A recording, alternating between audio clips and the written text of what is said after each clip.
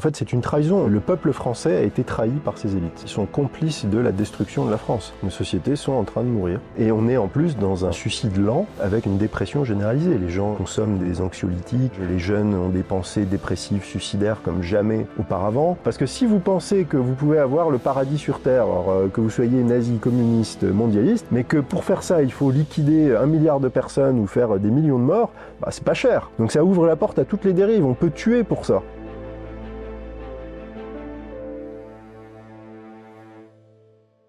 Bonjour Monsieur Berton.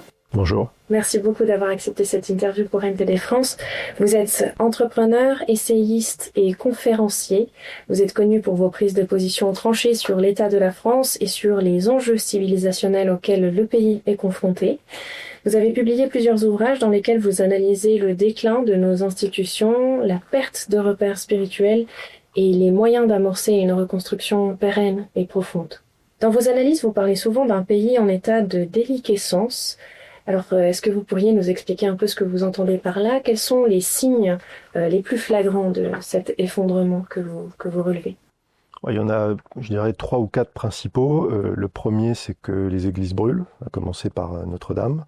Les Français font de moins en moins d'enfants, quasiment plus d'enfants. On a un appauvrissement et une paupérisation généralisée de la société qui touchait au départ les classes populaires et qui maintenant commence à toucher aussi les classes moyennes. Et puis de manière plus géopolitique, on a la voix de la France compte de moins en moins dans le monde et la politique d'Emmanuel Macron contribue beaucoup à cet état de fait. Qu'est-ce que vous entendez quand vous dites que la politique d'Emmanuel Macron contribue à cet effondrement? Concrètement, qu'est-ce que fait le gouvernement à l'heure actuelle? En fait, le gouvernement, il dit tout et son contraire. Par exemple, il va dire il faut soutenir la natalité, il faut rendre le réarmement démographique de la France, et 2 jours après, littéralement, il va mettre l'avortement dans la Constitution. Il va dire je veux une réindustrialisation de la France, soutenir le tissu économique français. Il va prendre des décisions, par exemple, contre la Russie vis-à-vis de la guerre en Ukraine, qui vont priver les entreprises françaises d'énergie bon marché et qui conduisent aujourd'hui énormément de TPE, PME ou même de plus grandes entreprises à la faillite. Donc vous voyez, c'est ce discours permanent en fait de déclarations, de communication, mais avec des effets complètement contraires sur le terrain, et en fait ça crée une espèce de confusion, mais le résultat concret, c'est que la France en fait s'appauvrit, se dépeuple, et perd son rang, perd son identité. Vous voyez, c'est vraiment un effondrement généralisé. Vous dites que la France perd son identité. Je sais également que vous préférez au terme identité le terme tradition, retour des traditions. Pourquoi est-ce que c'est important pour vous d'utiliser ce terme? Parce qu'en fait, la tradition, c'est au-delà même de l'identité, qui est une chose qui peut être un peu fluctuante. C'est-à-dire la tradition, c'est ce qu'on nous a transmis, ce qu'on a conservé. C'est quelque chose de très vivant. Ça s'incarne de manière concrète. Vous voyez, c'est par les mœurs, les coutumes, les fêtes, les prénoms qu'on donne à nos enfants. Vous voyez, c'est quelque chose qui traverse le temps et l'histoire de manière stable. C'est un socle stable en fait, la tradition. Moi, il y a une citation de Chesterton que j'aime beaucoup qui dit la tradition, ce n'est pas la préservation des cendres, c'est la conservation du feu.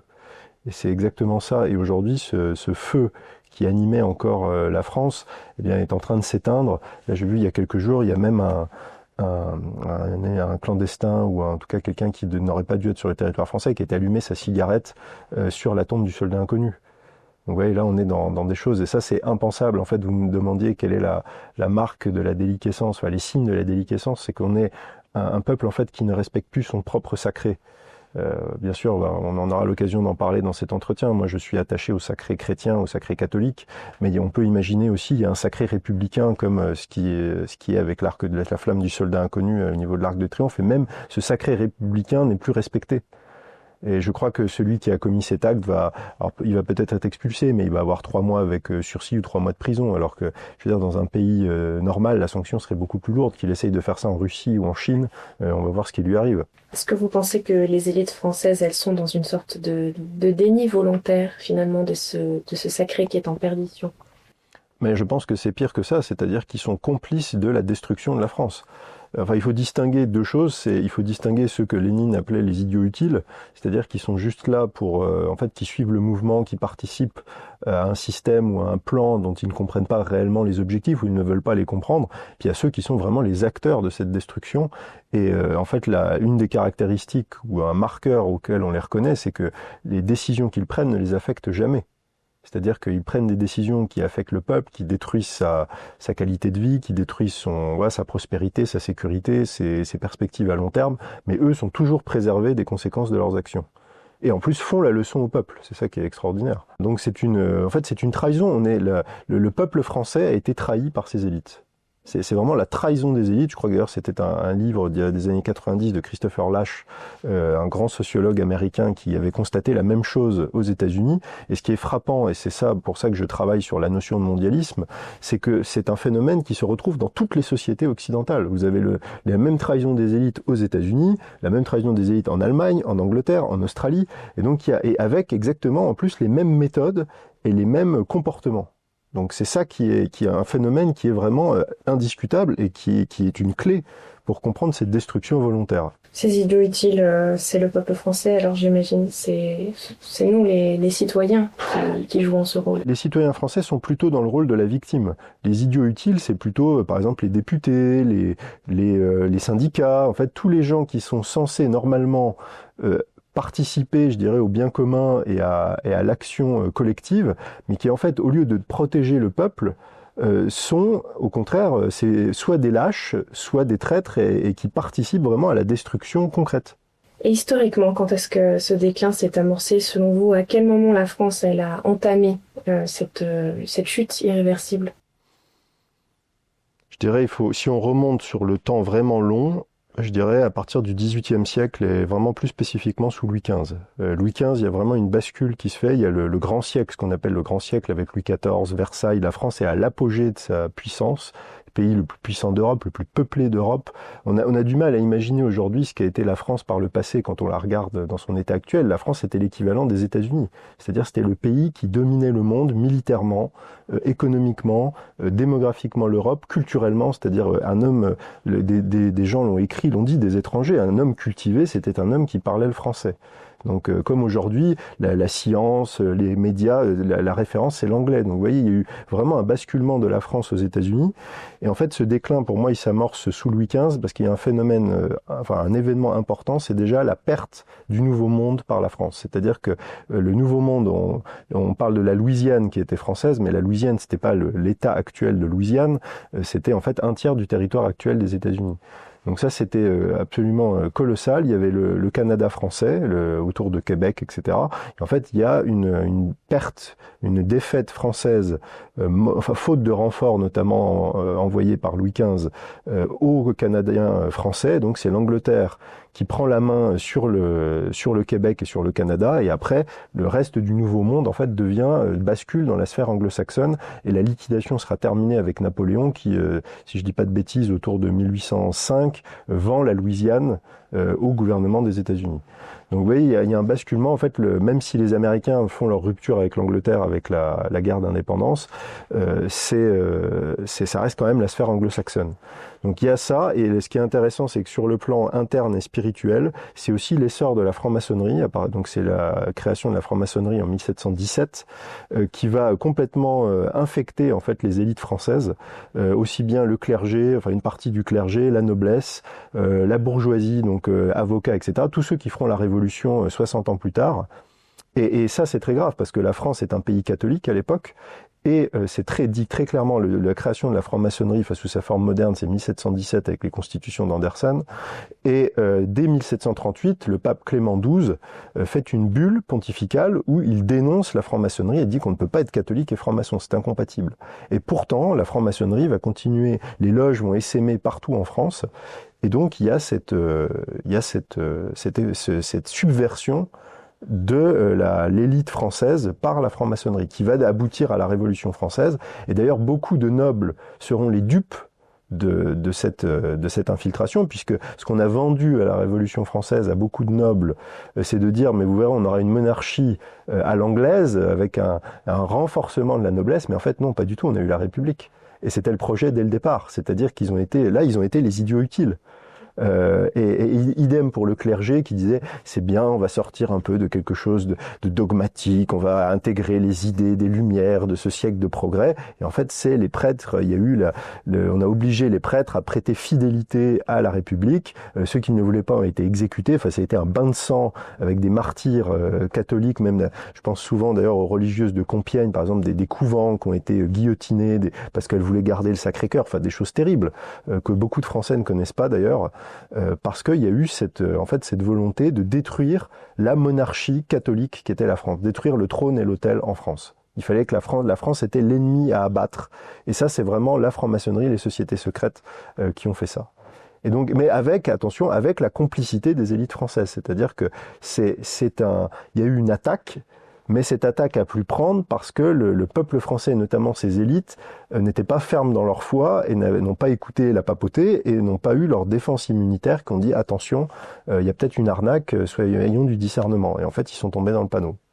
Comment expliquer qu'ils ne se soient pas rendus compte justement du manque de sacré qu'il y a dans la franc-maçonnerie? Quelles sont les caractéristiques de cette idéologie qui font qu'elles sont incompatibles avec la chrétienté, mais qu'on puisse pas s'en rendre compte ou que ça saute pas aux yeux? Quelles sont les caractéristiques de cette franc-maçonnerie? Alors, il y a déjà, vous parlez du sacré, il y a un sacré dans la franc-maçonnerie, mais sauf que c'est un sacré inversé. C'est-à-dire qu'un chrétien catholique ou même protestant d'ailleurs, considère qu'il y a une chute, il y a le péché originel, parce que l'homme a désobéi à Dieu. Dieu lui a dit ne goûte pas aux fruits de l'arbre de la connaissance, et donc l'homme l'a fait, a péché, et donc ça c'est la chute. Eux, les francs-maçons, inversent ce récit et voient ça comme quelque chose de positif, c'est-à-dire c'est ce que dit le diable, il dit goûtez le fruit de l'arbre et vous deviendrez pareil et semblable à des dieux. Et donc il pense que l'homme peut devenir l'égal de Dieu. Et donc il va y avoir tout un travail par l'initiation, par la révélation de certains mystères, par des rituels qui vont permettre à l'homme de devenir l'égal de Dieu. Donc là on voit que c'est complètement incompatible, alors que d'ailleurs il y a des francs-maçons qui prétendent qu'ils sont chrétiens. Alors après on pourrait rentrer dans des détails, il y a des nuances théologiques qui sont très importantes, il y a le naturalisme, il y a le monisme, et c'est un peu technique, mais en tout cas il y a beaucoup de choses qui sont incompatibles. Je renvoie pour ceux, nos auditeurs ou spectateurs qui voudraient s'informer sur le sujet, il y a une encyclique de Léon XIII qui date de 1884 qui explique pourquoi on ne peut pas être catholique et franc-maçon et qui fait tout l'argumentaire philosophique et théologique pour expliquer cette incompatibilité fondamentale. Et c'est la démonstration implacable de l'incompatibilité entre la franc-maçonnerie et le catholicisme.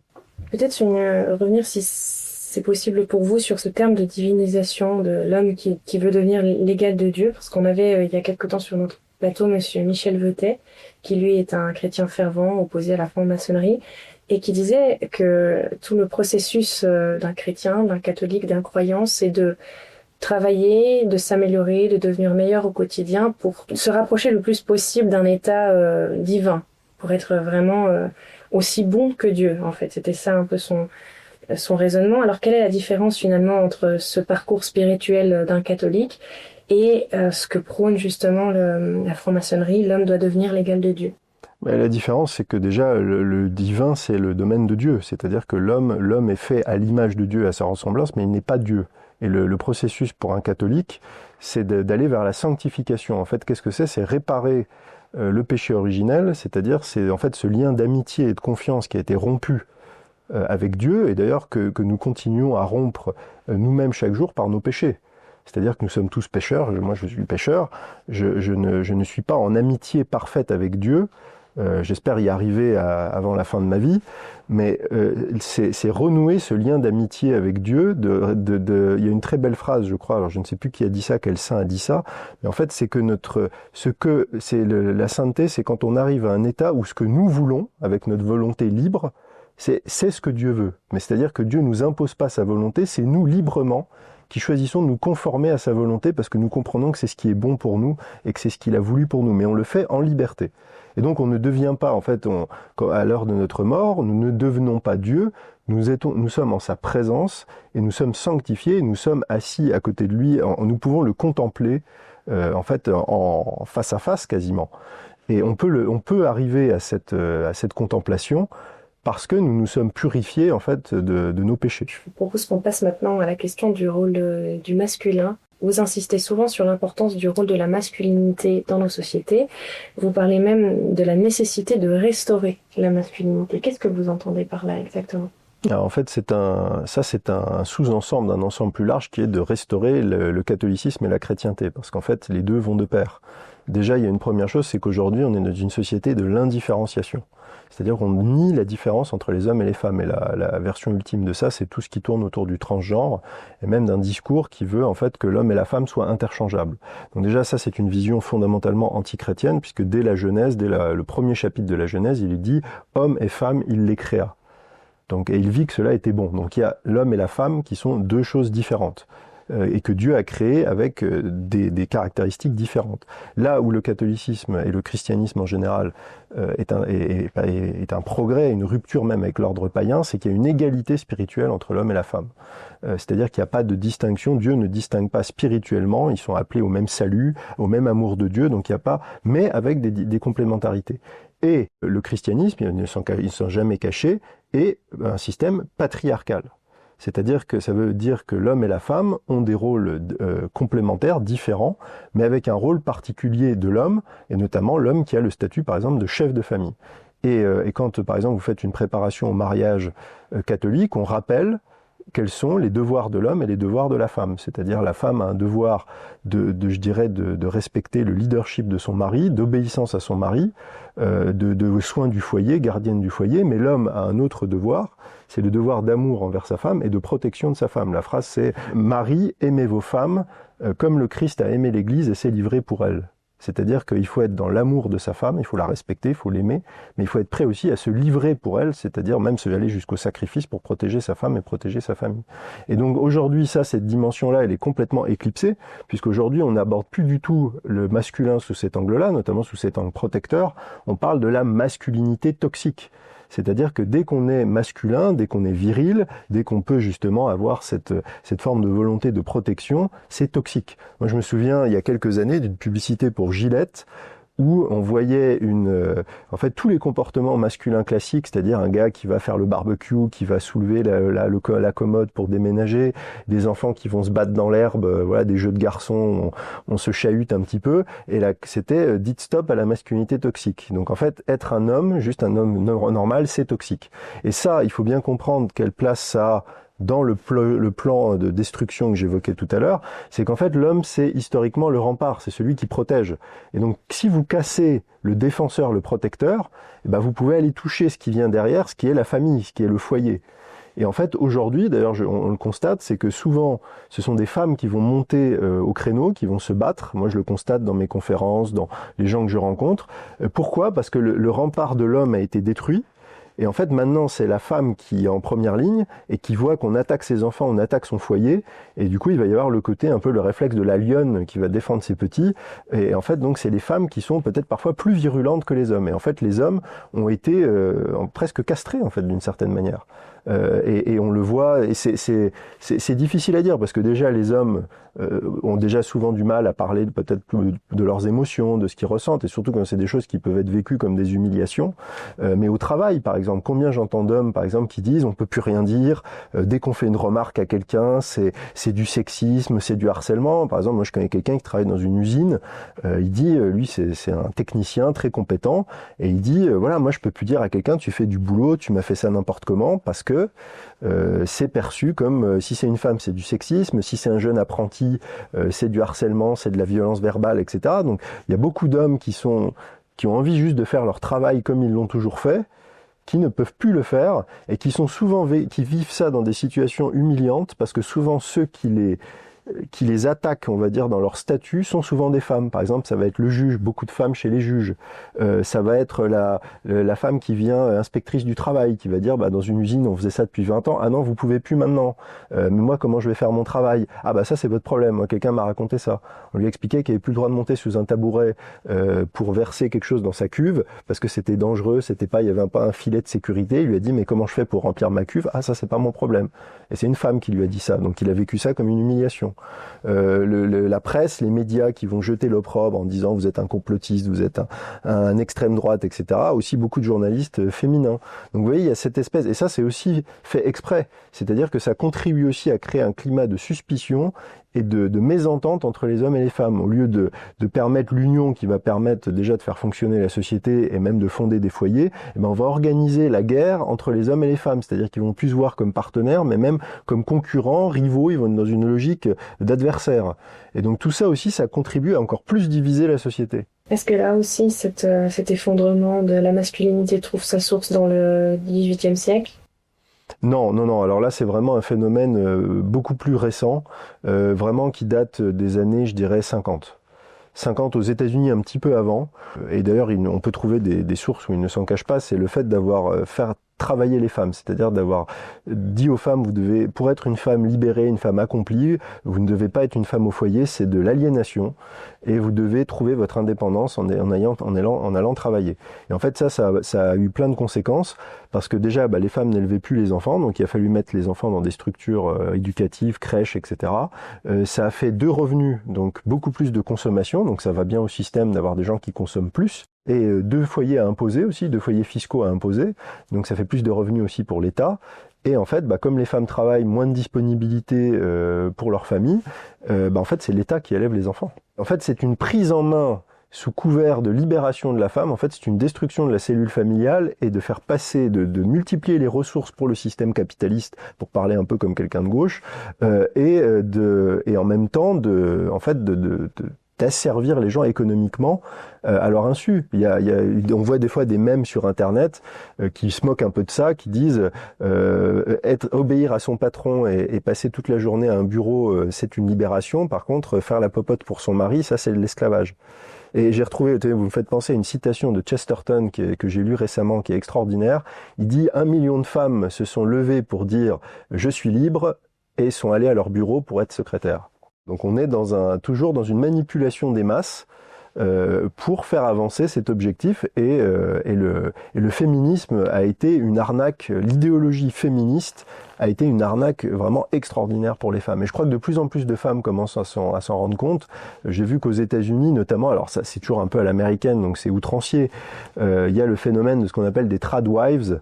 Ce sont des femmes qui disent non, moi je rejette ce truc, cette injonction de faire carrière, d'aller, je milite pour retourner à ma maison, m'occuper de mes enfants, de faire la popote pour mon mari quand il rentre du travail, il trouve un foyer bien tenu, il a plus qu'à mettre ses pieds sous la table, etc. Donc voilà, là, chez les jeunes générations, il y a un peu ce phénomène qui émerge. Alors ça reste très marginal, ça reste une petite frange de la population, mais c'est en train, il y a quand même, cette chose-là n'existait pas encore il y a 10-20 ans.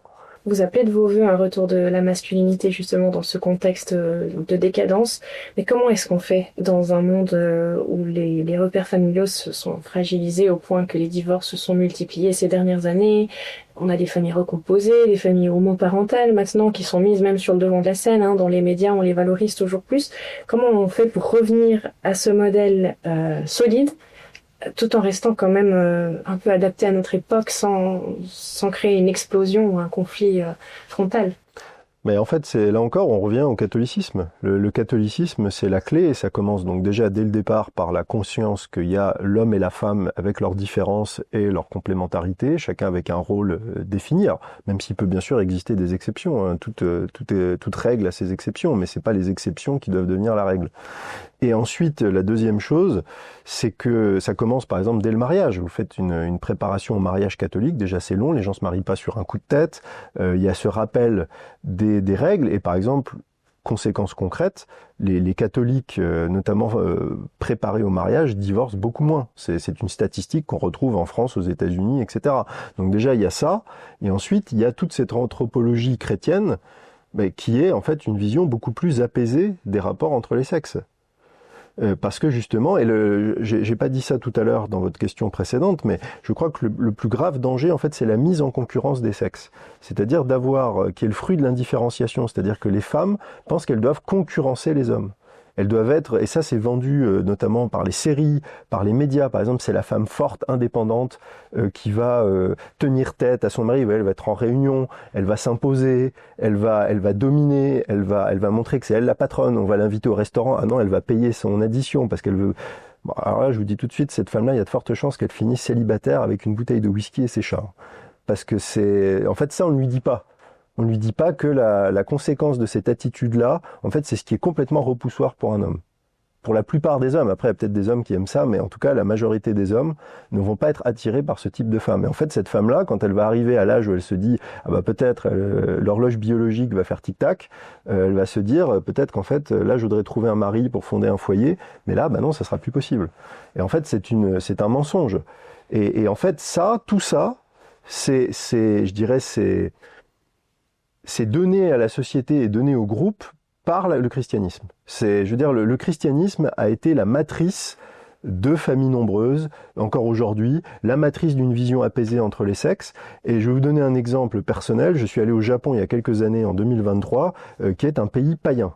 C'est-à-dire, quand j'entends païen, c'est un pays qui n'a jamais été vraiment christianisé. Il a eu un moment le christianisme, mais il y a eu une répression terrible, donc il n'y a jamais eu d'évangélisation massive du Japon. En tout cas, le Japon n'est pas une société chrétienne. J'avais jamais été dans une société vraiment païenne, c'est-à-dire que vous êtes en Occident, même si on est dans des sociétés déchristianisées, bah, on est sur les 2000 ans d'histoire chrétienne qui ont infusé notre pensée, nos structures familiales, notre façon de voir le monde. Là, j'étais dans un pays païen. Et ce qui m'a frappé au Japon, c'est la violence des rapports entre les sexes. La violence des rapports entre hommes et femmes. Et ça, c'est quand on a cette grille de lecture, c'est la conséquence du paganisme. Parce qu'il y a cette souvent qu'on retrouve d'ailleurs par exemple chez les Romains ou chez les Grecs ou même chez les nazis qui étaient des païens, c'est ce mépris de la femme, de dire en fait la femme elle est juste bonne à la limite à faire des enfants. C'est le ventre, le reste. Alors que le christianisme, c'est, non, la femme, c'est un être créé par Dieu, égal de l'homme spirituellement. Et donc, il y a déjà ce respect de la femme, puis il y a la figure de la Vierge Marie, des saintes. Enfin, je veux dire, il y a un autre rapport au féminin qui conduit à une société beaucoup plus apaisée. Donc, je pense que la réponse à ça, c'est tout simplement le retour au christianisme et au catholicisme, parce que c'est un facteur d'équilibre. Et d'ailleurs, on fait le procès, par exemple, de dire « Mais attendez, Monsieur Berton voulait revenir au Moyen-Âge, etc., avec la femme soumise à son mari. » Attendez, le Moyen-Âge, c'était pas ça. Le Moyen-Âge, c'était des abbesses qui géraient des abbayes, qui géraient des couvents. C'était la femme, quand son mari partait à la croisade ou à la guerre, elle gérait le domaine. C'était la femme, même la femme du paysan, pendant que le mari faisait des travaux de force dans les champs, elle travaillait à ce qu'on appelait l'économie domestique, c'est-à-dire elle faisait les confitures, elle faisait la cuisine, elle faisait le linge, elle peut-être pour arrondir ses fins de mois, elle faisait un peu de travail de tissage. Donc en fait, elle participait à la vie économique du foyer. La femme bourgeoise oisive, enfin la femme oisive, c'est la femme bourgeoise ou la femme noble du XVIIIe siècle ou du XIXe. La femme n'était pas du tout invisibilisée dans sa cuisine au Moyen-Âge. C'est un mensonge. Donc il faut rappeler ça aux gens, parce qu'en plus les gens ont été coupés de la vraie histoire. Vous voyez, le Moyen-Âge, j'ai fait dans un de mes livres un essai pour réhabiliter le Moyen-Âge. Les gens ne connaissent pas ce que c'était réellement le Moyen-Âge. En fait, ils ont la vision du Moyen-Âge des francs-maçons du XVIIIe et du XIXe, qui est une vision tronquée du Moyen-Âge.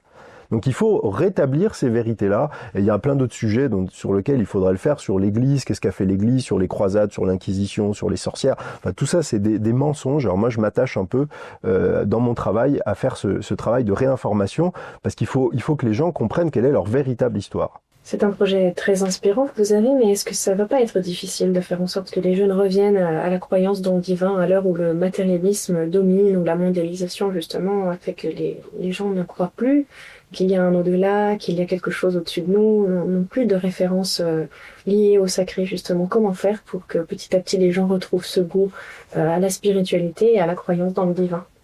Déjà, il faut leur dire, il faut témoigner, il faut que les croyants et les chrétiens et les catholiques témoignent de leur foi, soient des exemples, montrent que en fait ce que suivre le Christ apporte et change dans nos vies et change pour le mieux.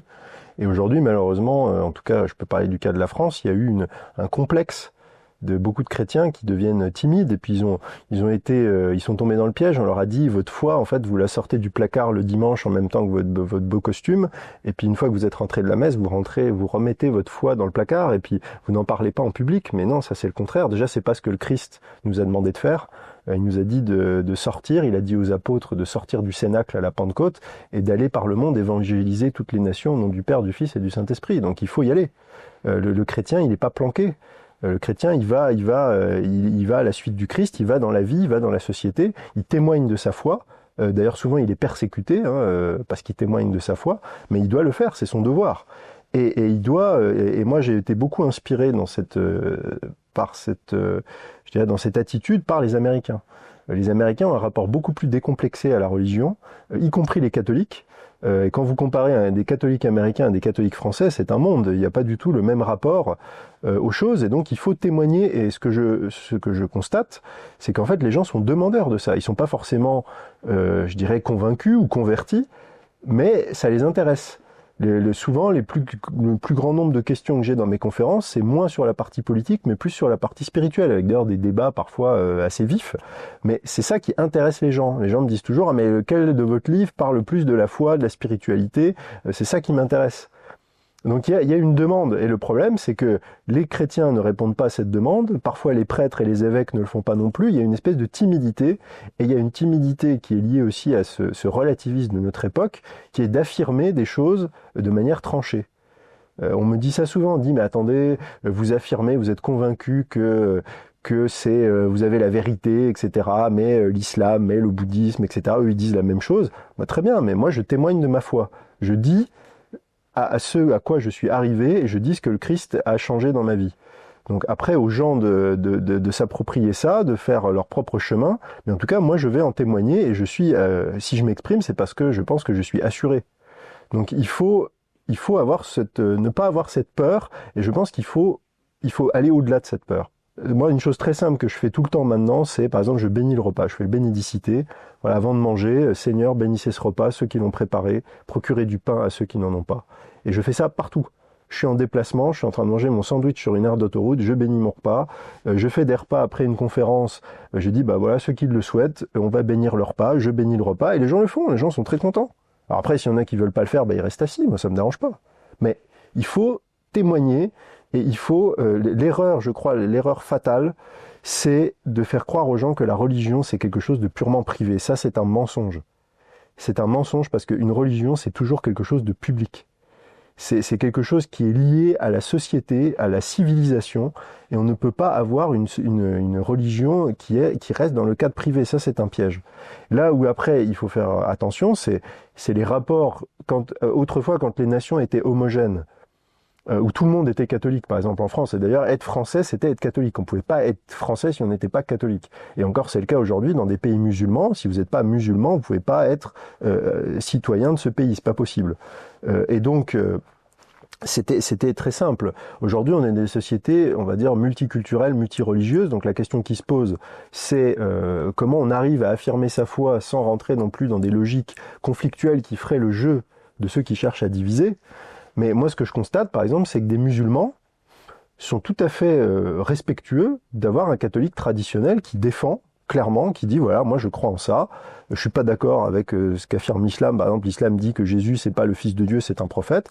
Moi, je suis pas d'accord avec toi, avec vous, je pense que c'est le fils de Dieu. Mais ils sont pas d'accord non plus, mais il y a un respect. Il y a cette... et ils comprennent, c'est-à-dire qu'ils comprennent ce langage. Et je pense que, j'en ai déjà parlé, beaucoup disent... On serait plus prêt à accepter une France catholique assumée, ouvertement catholique, que cette république laïque, qui prétend être laïque, mais en fait on voit très bien que c'est autre chose, qu'il y a la franc-maçonnerie, qu'il y a tout ça, qui nous explique à l'école, à nos enfants, qu'un homme peut être une femme et vice-versa, qui nous fait les LGBT, qui respecte pas ces jours sacrés, voilà, nous on respecte le ramadan, vous faites pas le carême, pourquoi? Moi je comprends pas, vous êtes un pays chrétien, tout le monde devrait faire le carême. Voilà, ils comprennent pas, mais quand ils ont un catholique, voilà, bien assuré sur ses bases, ils disent, bon, moi je comprends, je suis pas d'accord, mais je comprends et je respecte. Et ça, il faut le dire. Et je pense que beaucoup de jeunes, notamment, comprennent à travers le côté revendicatif et justement très public de l'affirmation de la foi de l'islam, ils reviennent à leurs racines catholiques. En tout cas, j'ai vu que cette année, les églises étaient pleines pour le mercredi des Cendres. Il y a cet engouement autour du pèlerinage de Chartres. Donc je pense que des jeunes confrontés à la dynamique de l'islam se disent, bah moi je peux pas, il faut que je réponde à ce sacré par mon sacré. Donc je vais revenir à cette foi catholique que j'avais délaissée. Alors après, tout l'enjeu, c'est de les accompagner, que ça soit pas juste un réflexe identitaire, que ça soit vraiment que la foi soit enracinée dans quelque chose de plus profond.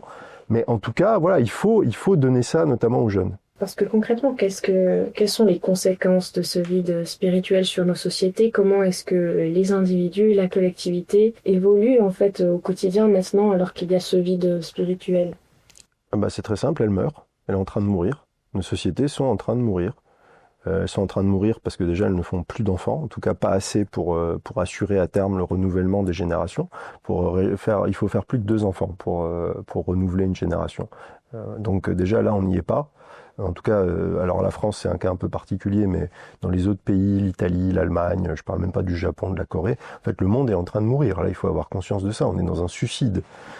Et on est en plus dans un suicide lent, avec en plus une dépression généralisée. Les gens consomment des anxiolytiques. J'ai vu des sondages, les jeunes ont des pensées dépressives, suicidaires comme jamais auparavant.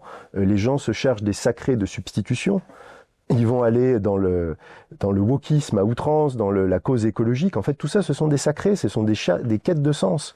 Et des quêtes de sens qui vont aller dans une forme de radicalité, parce que justement, en fait, il n'y a plus ce sacré chrétien qui au contraire est un sacré non pas destructeur, mais constructeur. Constructeur de foyers, constructeur de communautés, constructeur de sociétés. En fait, toute notre civilisation, elle est bâtie sur ça.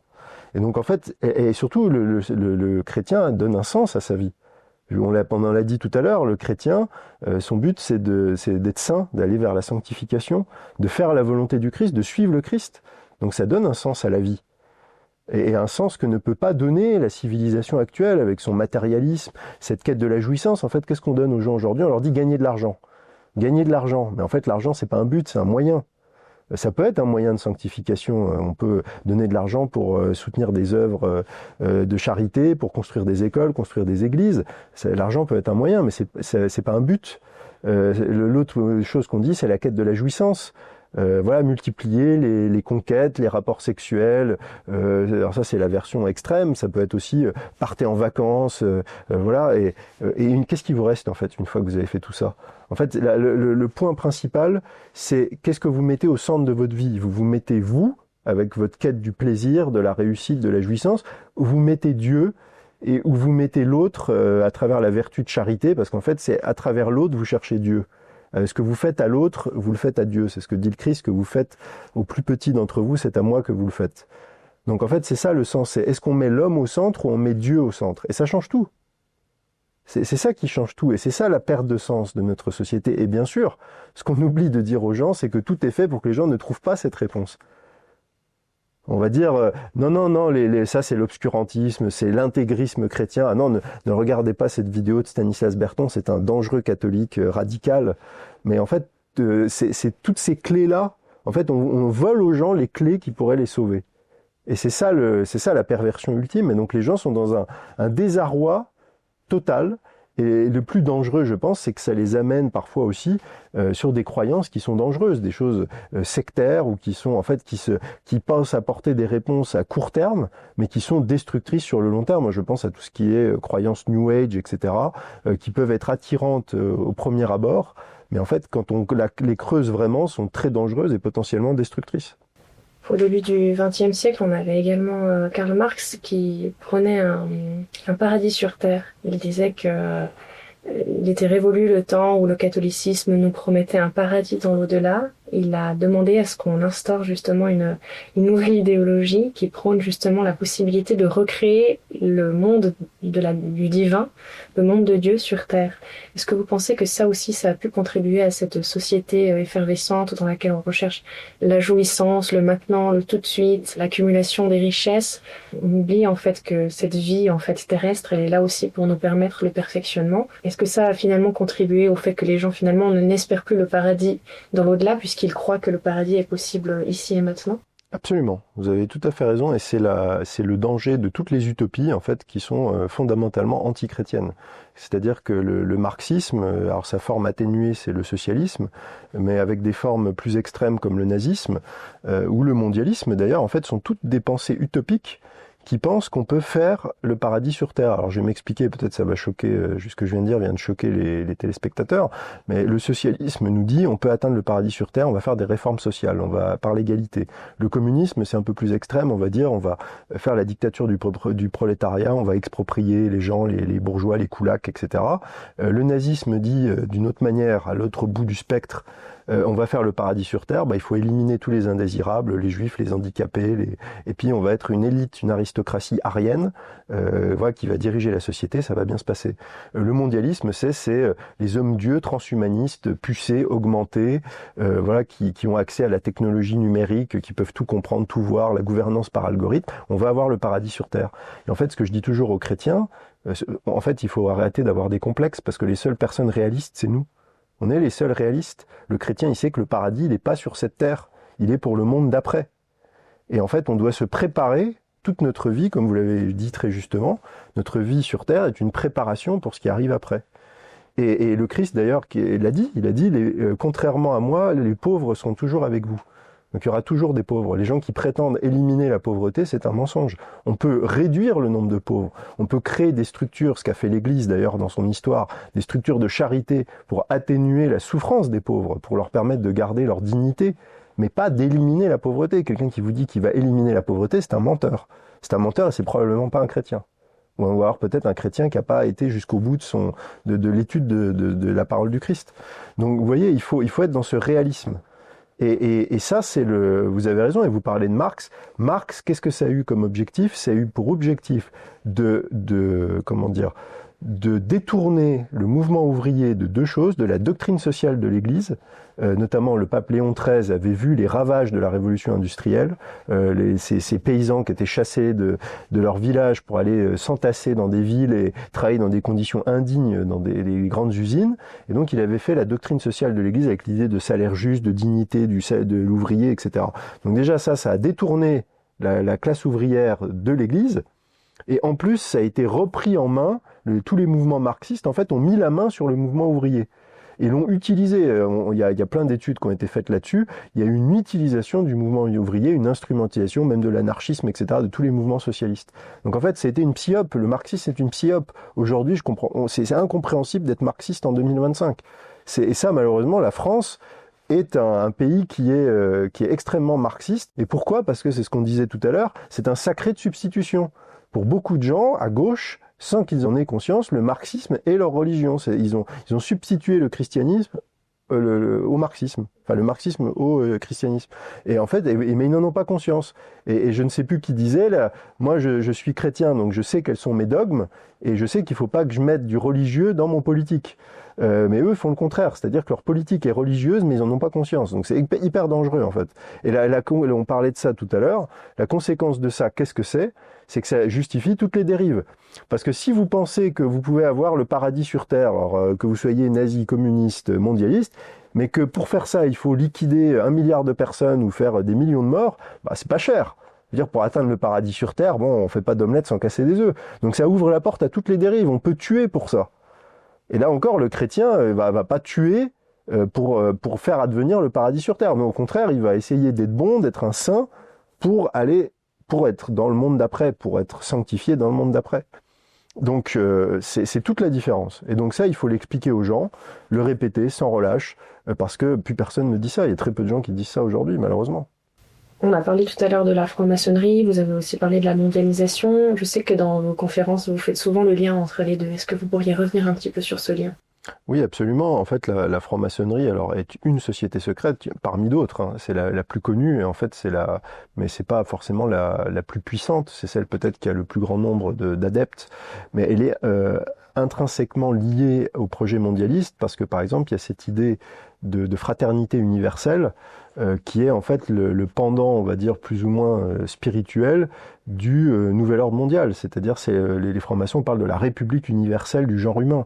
Et ça, c'est un terme qu'on retrouve dès le XVIIIe siècle sur la plume de certains révolutionnaires. Moi, j'ai trouvé quelqu'un qui s'appelle Anarchasis Klotz, alors c'est un pseudo qui se prétendait l'orateur du genre humain et qui a écrit un livre qui s'appelle La république universelle du genre humain. Donc on est dans cette idée de gouvernance mondiale. Et puis on est dans cette idée que l'homme, par son initiation, par la découverte de certains mystères,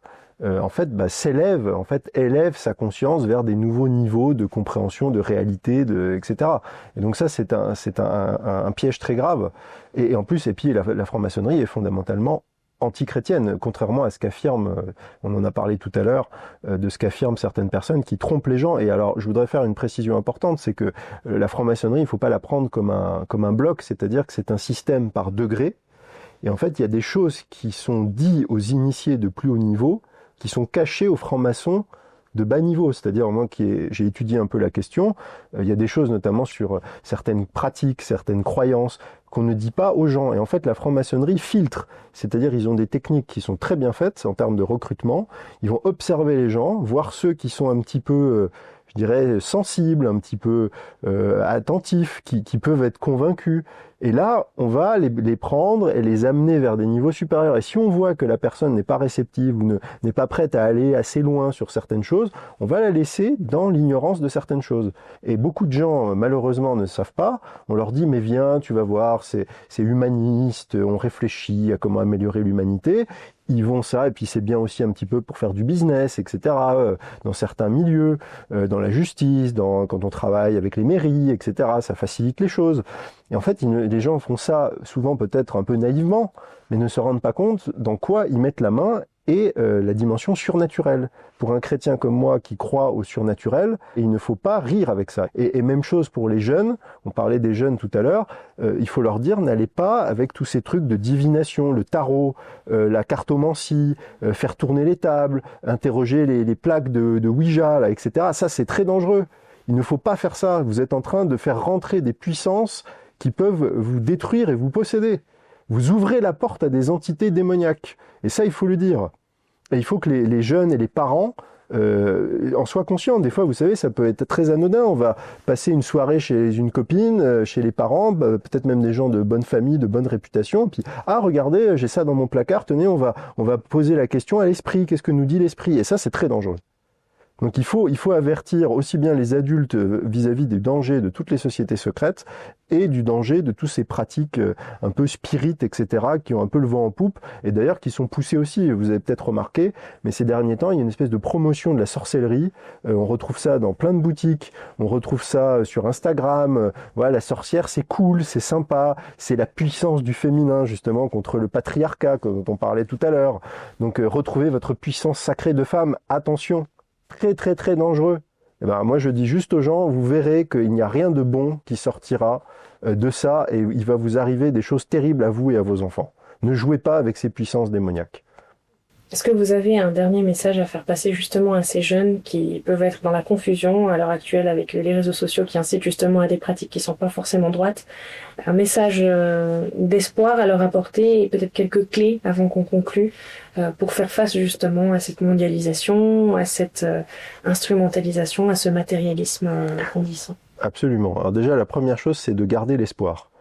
Parce que ça, c'est le point fondamental. Il faut avoir cette espérance, l'espérance que les choses iront mieux, que la vie vaut la peine d'être vécue, que la vie est un cadeau de Dieu. Ne pas désespérer. Tout est fait aujourd'hui pour nous désespérer. Vous allumez la télévision, on va tous mourir à cause des incendies, du changement climatique, des virus, on va pas réussir à gagner correctement notre vie, acheter une maison, fonder un foyer. Tout est fait pour nous déprimer. Donc déjà, il faut sortir de ça, il faut se couper de tout ce désespoir ambiant, ces énergies négatives, et aller vers quelque chose de positif. Se couper aussi des gens qui entretiennent ça, c'est-à-dire aller vers des gens qui vous donnent des choses constructives, qui vous aident à grandir, qui vous aident à devenir meilleur, qui vous aident à porter des beaux projets. Ne pas fréquenter des gens qui sont dans la négativité et qui sont toxiques. Ça, c'est très important. Et aujourd'hui, avec les réseaux sociaux, il y a beaucoup de choses, ces effets-là sont démultipliés. Je pense par exemple au harcèlement, au harcèlement scolaire, à des gens qui se mettent des pressions, de tout ce qui est les jeunes qui tombent dans ces pièges à cause des réseaux sociaux. Donc il faut fuir tout ça. Et ensuite, après, il faut essayer de trouver un sens positif à donner à sa vie. Et en tant que catholique, je pense qu'il faut trouver le Christ, il faut écouter le Christ, il faut le suivre. Et le Christ va vous amener vers un chemin qui est difficile parfois, mais qui est un chemin d'amour, un chemin de vérité, un chemin de sanctification, et qui va vous amener justement à devenir vraiment une meilleure personne, un meilleur frère, une meilleure sœur, un meilleur père, un meilleur ami. Et c'est ça. Et vous allez voir, tout va être remis à l'endroit en fait. Tout va être reconfiguré et va vous amener vers quelque chose de positif. Et si vous n'êtes pas croyant, au moins ayez cette culture de la vie et méfiez-vous de tout ce qui est la culture de la mort. La culture de la mort, c'est quoi? C'est l'avortement, l'euthanasie, la guerre, le fait de ne pas vouloir d'enfants, de rester dans la stérilité. Et c'est aussi, la culture de la mort, c'est aussi ce que vous avez dit, le matérialisme, ne penser qu'à soi, ne penser qu'à l'argent, ne penser qu'au plaisir matériel. Et la culture de la vie, c'est tout le contraire. C'est dire oui à la vie, accueillir la vie, se mettre au service des autres, utiliser les talents qu'on a, y compris peut-être le talent de gagner de l'argent, eh bien, pour servir la société, pour servir les autres. Et en fait, ce que vous découvrirez, c'est qu'en servant les autres et en servant le Christ, eh bien, en fait, ça va revenir à vous. Et ce que vous donnez, on vous le rendra au centuple. Et ça, c'est ce qu'a dit le Christ. Merci beaucoup, Monsieur Berton, pour cette invitation aujourd'hui à témoigner de notre propre foi. Je crois que beaucoup de personnes aujourd'hui sont frileux, ont peur d'affirmer leur propre croyance, et vous avez ce courage-là. Donc merci d'avoir pu transmettre ces belles émotions aujourd'hui sur notre plateau. Vous mettez également en garde contre les dangers des utopies matérialistes, des fraternités universelles, des gouvernances mondiales. Merci pour ce message important aujourd'hui sur NTD France, et j'espère à bientôt pour poursuivre la discussion. Merci beaucoup et que Dieu vous bénisse.